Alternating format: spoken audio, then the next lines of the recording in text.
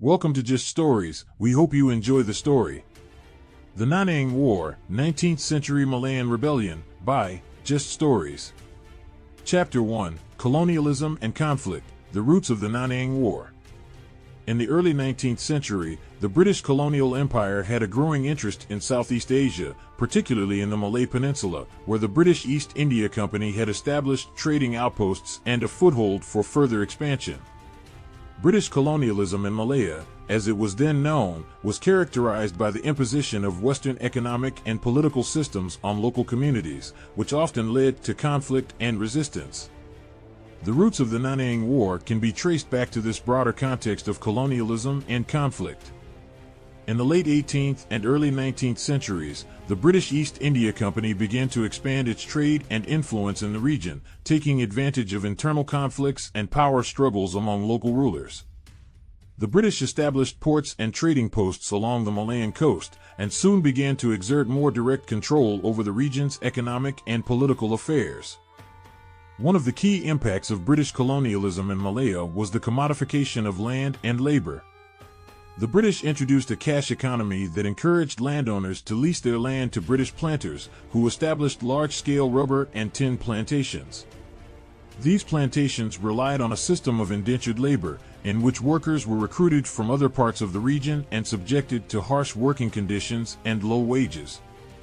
This system of plantation agriculture had significant impacts on Malayan society, particularly on the rural poor, who lost access to their traditional land and were forced to work for wages that barely allowed them to subsist.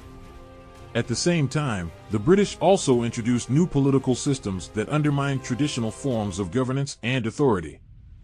They established a system of indirect rule, in which local rulers were co-opted into the British colonial administration, and British officials exercised a great deal of power behind the scenes. This system created tensions and conflicts between traditional rulers and the British authorities, as it undermined the traditional authority of local chiefs and leaders. The Naning War itself was sparked by a specific incident that illustrated the broader tensions between the Malayan people and the British colonial authorities.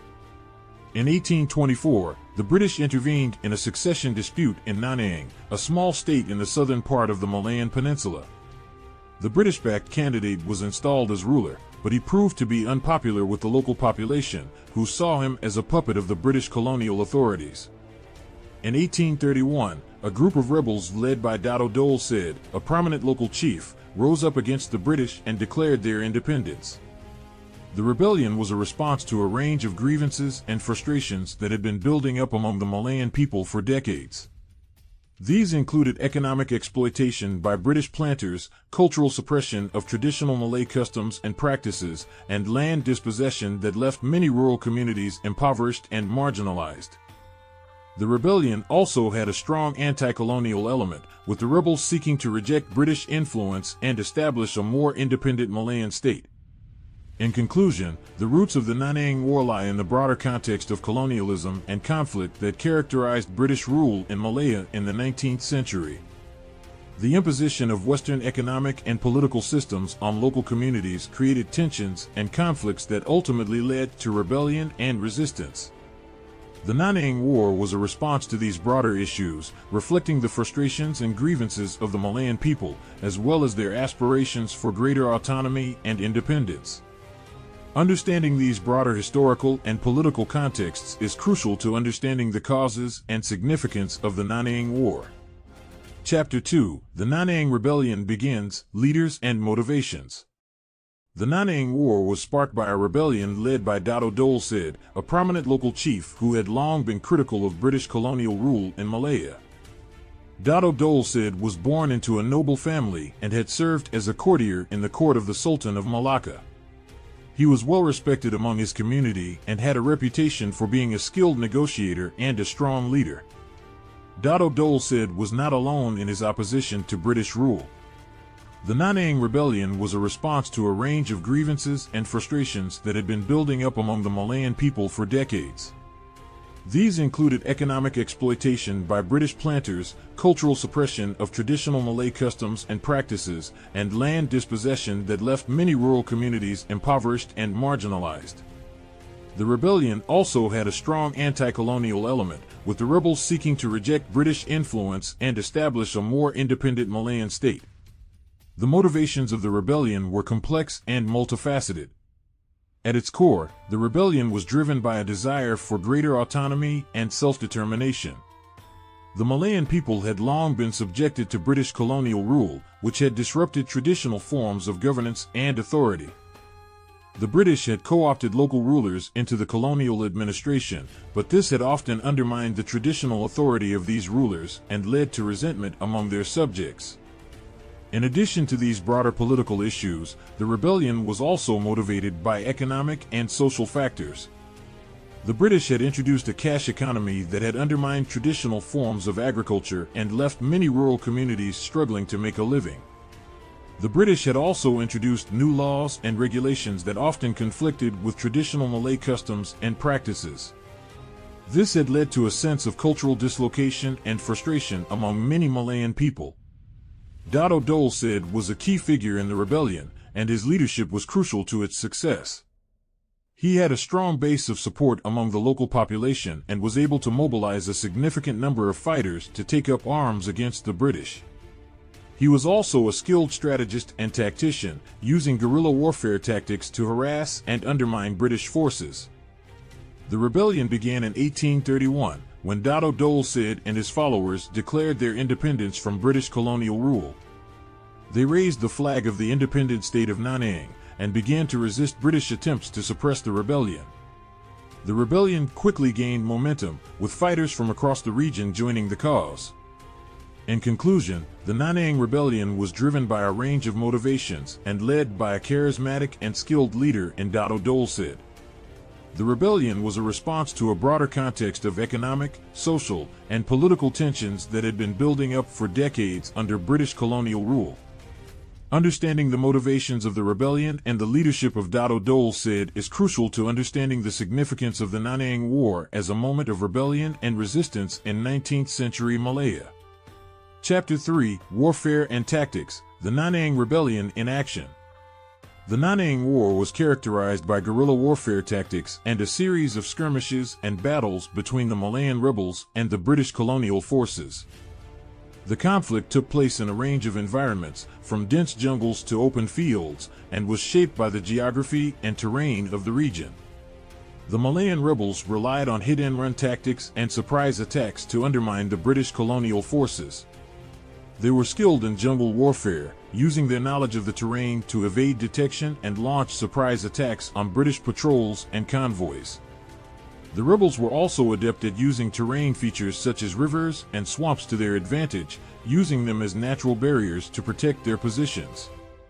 The British colonial forces, by contrast, relied on more traditional military tactics and strategies. They attempted to use their superior firepower and numbers to overwhelm the Malayan rebels, often deploying large numbers of troops in coordinated offensives. However, their reliance on conventional military tactics was often a disadvantage in the challenging terrain of the region, as they struggled to navigate the dense jungle and unfamiliar terrain. One of the key battles of the Naning War was the Battle of Bukit Ganteng, which took place in December 1831. The battle was a significant victory for the Malayan rebels, who were able to repel a British attack and inflict significant casualties on the colonial forces. The battle was notable for the use of a range of tactics by the Malayan rebels, including the use of hidden traps and ambushes to catch the British off guard. Another notable feature of the Naning War was the role played by women in the rebellion.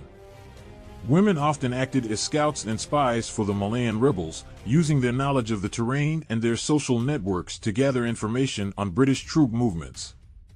Some women also fought alongside the male rebels, taking up arms and engaging in combat with the British forces. The Naning War was ultimately a protracted and bloody conflict, with both sides suffering significant casualties. The British colonial forces were eventually able to suppress the rebellion, but only after a long and difficult campaign that lasted for over a year. The conflict had significant impacts on both the Malayan people and the British colonial authorities, shaping the course of history in the region for decades to come. In conclusion, the Naning War was characterized by a range of guerrilla warfare tactics and strategies used by the Malayan rebels to resist British colonial rule. The challenging terrain of the region, coupled with the rebels' knowledge of the jungle and their use of hit-and-run tactics, gave them a significant advantage in many of the battles and skirmishes that took place. The conflict was also notable for the role played by women in the rebellion, highlighting the importance of gender dynamics in the resistance to colonial rule.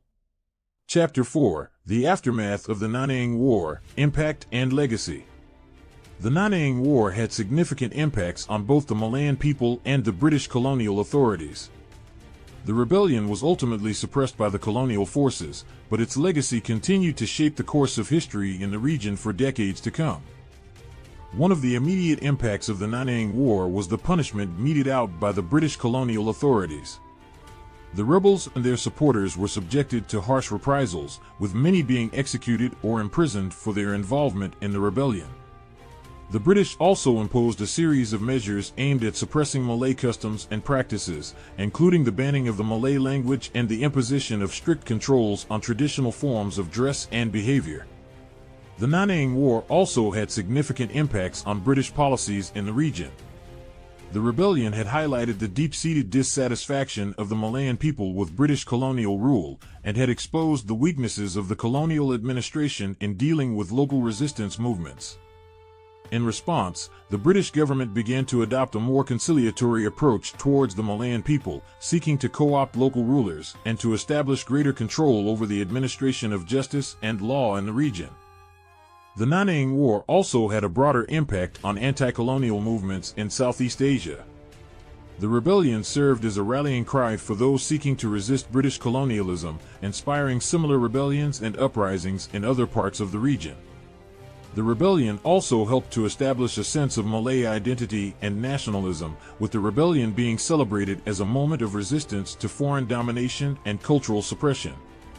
In the longer term, the Naning War had significant impacts on the trajectory of Malayan history.